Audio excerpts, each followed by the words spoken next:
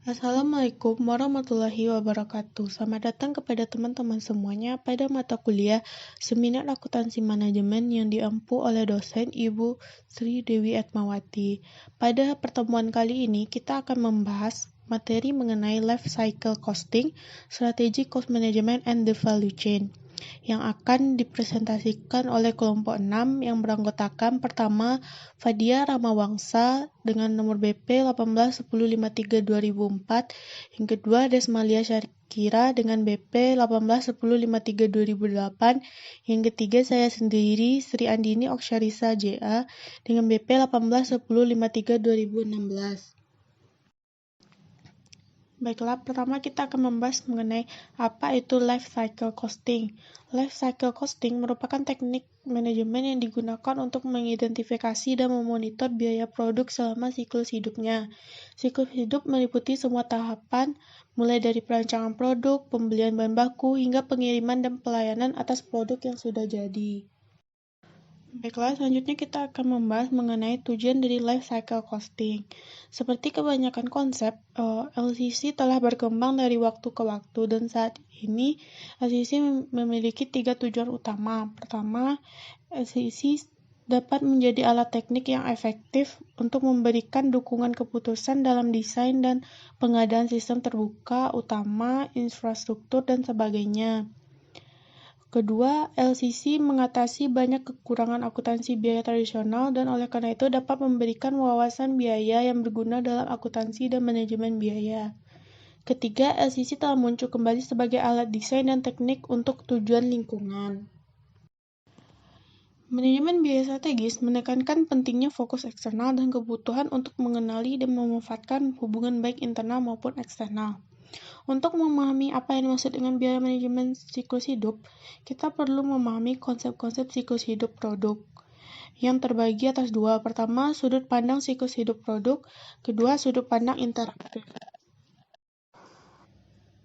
Baiklah, selanjutnya kita akan membahas lebih jelas mengenai sudut pandang siklus hidup produk.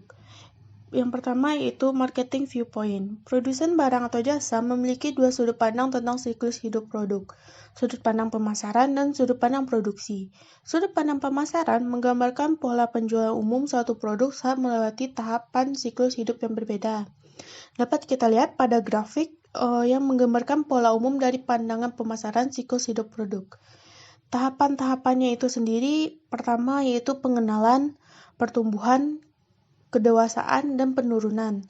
Pada tahap pengenalan ditandai dengan kegiatan praproduksi dan startup, di mana fokusnya adalah mendapatkan pijakan di pasar atau mendapatkan nama brand di pasar. Seperti yang ditunjukkan grafik, tidak ada penjualan untuk periode waktu tertentu dan kemudian memperlambat pertumbuhan penjualan saat produk diperkenalkan. Yang kedua, tahap pertumbuhan adalah periode saat penjualan meningkat lebih cepat.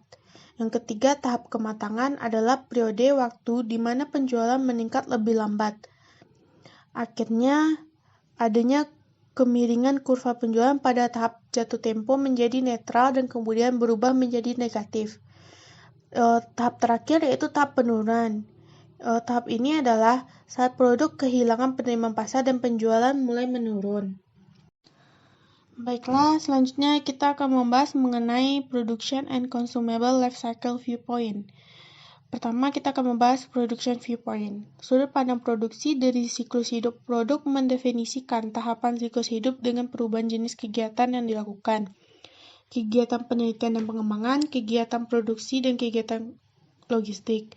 Sudut pandang produksi menekankan pada biaya siklus hidup, sedangkan sudut pandang pasar menekankan pada perilaku pendapatan penjualan. Biaya siklus hidup adalah semua biaya yang terkait dengan produk untuk seluruh siklus hidupnya. Biaya ini termasuk penelitian, konsepsi produk, pengembangan, perencanaan, desain, dan pengujian pada produksi, kegiatan konversi, dan dukungan logistik seperti periklanan, distribusi, garansi, layanan pelanggan, layanan produk, dan sebagainya. Selanjutnya, kita akan membahas Consumable Life Cycle Viewpoint. Seperti siklus hidup produksi, tahapan siklus hidup konsumsi terkait dengan aktivitas. Aktivitas ini menentukan 4 tahap: pembelian, pengoperasian, pemeliharaan, dan disposal. Sudut pandang siklus hidup konsumsi menekankan kinerja produk untuk harga tertentu. Harga mengacu pada biaya kepemilikan yang meliputi unsur-unsur berikut. Pertama, biaya pembelian, biaya operasi, biaya pemeliharaan, dan disposal cost. Dengan demikian, kepuasan pelanggan total dipengaruhi oleh harga pembelian dan biaya pasca pembelian. Pada sudut pandang interaktif terdiri atas dua. Yang pertama ialah peningkatan pendapatan atau revenue enhancement, merupakan pendekatan yang menghasilkan pendapatan tergantung pada tahap siklus hidup pemasaran dan pada efek nilai pelanggan. Strategi penetapan harga misalnya bervariasi sesuai tahapan. Pada tahap pengantar seperti yang disebutkan sebelumnya, harga yang lebih tinggi dapat dibebankan karena pelanggan kurang sensitif terhadap harga dan lebih tertarik pada kinerja. Pada tahap jatuh tempo, pelanggan sangat sensitif terhadap harga dan kinerja, sehingga ini menunjukkan bahwa menambahkan fitur, meningkatkan daya tahan, meningkatkan daya rawat, dan menawarkan produk yang disesuaikan semuanya dapat menjadi strategi yang baik untuk diikuti. Pada tahap ini, diferensiasi itu penting agar peningkatan pendapatan dapat berjalan. Pelanggan harus bersedia membayar premi untuk setiap peningkatan kinerja produk. Selanjutnya, premi ini harus melebihi biaya yang dikeluarkan produsen dalam menyediakan atribut produk baru. Pada tahap penurunan pendapatan dapat ditingkatkan dengan menemukan penggunaan baru dan pelanggan baru untuk produk tersebut. Kemudian yang kedua ialah pengurangan biaya atau cost reduction, merupakan penekanan manajemen biaya siklus hidup.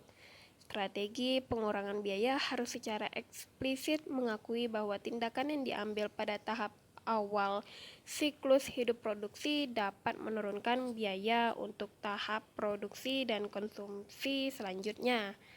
Karena 90% atau lebih dari biaya siklus hidup suatu produk ditentukan selama tahap pengembangan. Masuk akal untuk menekankan manajemen kegiatan selama fase keberadaan produk ini.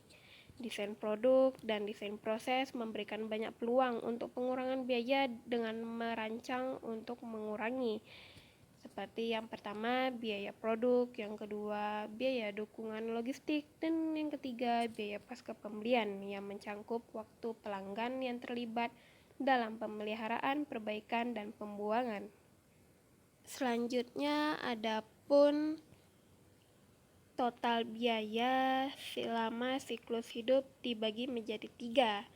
Yang pertama, biaya hulu, terdiri dari riset dan pengembangan, desain yang membuat prototipe, pengujian teknis, dan pengembangan kualitas.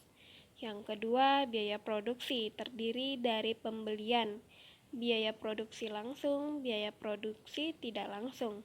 Dan yang ketiga, biaya hilir, terdiri dari pemasaran dan distribusi pengemasan, pengangkutan, seperti contoh promosi. Kemudian, konsep Porter. Porter menyebutkan bahwa perusahaan dapat mengembangkan keunggulan kompetitif secara berkelanjutan dengan menerapkan satu dari dua strategi seperti berikut. Yang pertama, low cost strategi. Fokus utama dari low cost strategi adalah untuk meraih biaya rendah secara relatif terhadap pesaing atau meraih kepemimpinan biaya. Kepemimpinan biaya dapat dicapai melalui beberapa pendekatan seperti yang pertama, skala ekonomi dalam produksi, yang kedua, experience curve effect, yang ketiga, pengendalian biaya secara ketat, dan yang keempat, minimalisasi biaya pada beberapa area seperti R&D, service, sales force, atau advertising. Kemudian yang kedua, differentiation strategi. Fokus utama dari strategi diferensiasi adalah untuk menciptakan sesuatu yang mana pelanggan memandangnya sebagai sesuatu yang unik. Keunikan produk dapat dicapai melalui beberapa pendekatan seperti loyalitas merek, di mana contohnya Coca-Cola pada industri minuman ringan, kemudian layanan pelanggan yang unggul, contohnya IBM pada bisnis komputer, kemudian jaringan agen, desain produk dan fitur produk atau teknologi. Selanjutnya, value chain atau rantai nilai adalah pola yang digunakan perusahaan untuk memahami posisi biayanya dan untuk mengidentifikasi cara-cara yang dapat digunakan untuk memfasilitasi implementasi dari strategi tingkat bisnisnya. Rantai nilai menunjukkan bagaimana sebuah produk bergerak dari tahap bahan baku ke pelanggan akhir. Rantai nilai menggambarkan berbagai kegiatan yang diperlukan untuk membawa produk atau jasa dari konsepsi melalui berbagai tahapan produksi, yang mana melibatkan kombinasi transformasi fisik dan masukan dari berbagai produsen jasa, pengiriman pada konsumen akhir, dan pembuangan akhir setelah digunakan. Aktivitas nilai. Aktivitas nilai dapat dicabangkan menjadi dua tipe, yaitu primary activities dan support activities. Yang pertama, primary activities atau kita kenal dengan aktivitas primer, yaitu suatu aktivitas yang berkaitan dengan penciptaan fisik produk, penjualan, dan distribusinya kepada para pembeli, serta layanan setelah penjualan. Yang kedua adalah support activities atau kita kenal dengan aktivitas pendukung, yaitu suatu aktivitas yang menyediakan dukungan yang diperlukan untuk keberlangsungan aktivitas primer. Primary activities. Terdapat 5 kegiatan atau aktivitas yang masuk ke dalam primary activities. Yang pertama adalah inbound logistik. Inbound logistik adalah aktivitas yang berhubungan dengan penanganan material sebelum digunakan. Inbound logistik ini dihubungkan dengan menerima, menyimpan, dan menyebarkan input-input kepada produk, termasuk di dalamnya penanganan terhadap bahan baku, gudang, dan kontrol persediaan. Yang kedua adalah operations. Operations adalah aktivitas yang berhubungan dengan pengelolaan input menjadi output. Operations merupakan segala aktivitas yang diperlukan untuk mengkonversi input-input yang disediakan oleh inbound logistik ke bentuk produk akhir, termasuk di dalamnya permesinan, pengemasan, perakitan, dan pemeliharaan peralatan. Yang ketiga adalah outbound logistik. Outbound logistik adalah aktivitas yang dilakukan untuk menyampaikan produk ke tangan konsumen.